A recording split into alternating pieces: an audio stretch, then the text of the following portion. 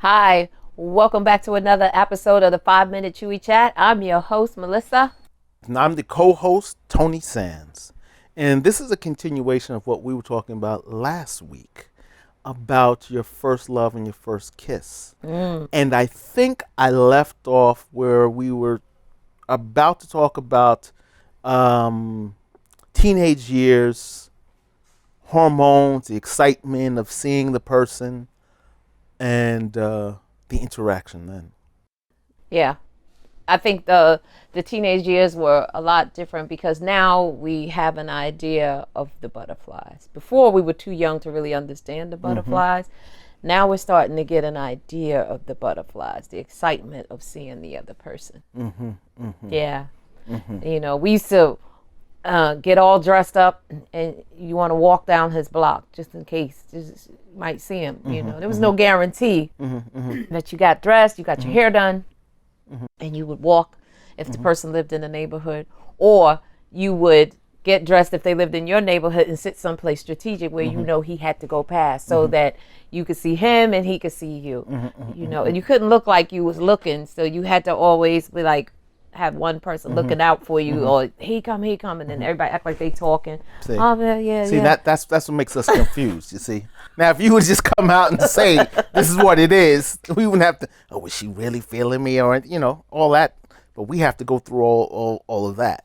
But I will say, going back to the excitement, as a child, there was excitement in seeing the person. Yeah. Especially you're going to go out to play recess or whatever, or in the lunchroom. You see, there is an excitement. But as a teenager, it was mixed with sexual attraction. Yeah, that's when it starts. Yeah, it was mixed with sexual attraction. And there's because the genie's out the bottle at that time. But there is things get a little more complicated because that sexual thing really It throws the emotions off. it throws the emotions off. And also, even because of that, you can end up, well, you already know this, but you can end up being attracted to somebody that you weren't necessarily feeling, but sexually they were attractive to you. So you weren't really trying to get to know them per se. It was just wow, Yeah, there's a big difference, and see that's the part of the humanity that we don't really get, and the attraction to people and first loves, because your first love could be a love that you have that you put on a pedestal that you just want to look at and adore, and then there's the first love where you look at and you like I gotta have it, So there is that dichotomy of lust and just this person sit here, let me look at him, so. And so people strike you different. Some people you attracted to, you could just have conversations with. You just want to hang out with them and chill out with them, and you can be in love with them. And then there's the person that just sets your soul on fire, where everything is pretty physical. So yeah, that is a lot.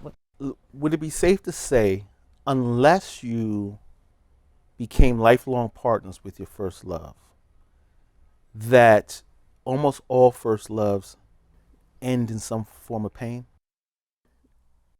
Yeah, I would say that the first loves aren't like they used to be, because now people are more aware of them outgrowing each other, and they don't stay in relationships to stay in relationships. They realize, oh, I've outgrown this or that, and they can part, whereas before people would marry and stay together. Okay, we're gonna have to do another part to this because this unravels something. We're definitely gonna have to talk about this again. Thank you for tuning in to us. Yes, and stay tuned for another part. Yep, we're out.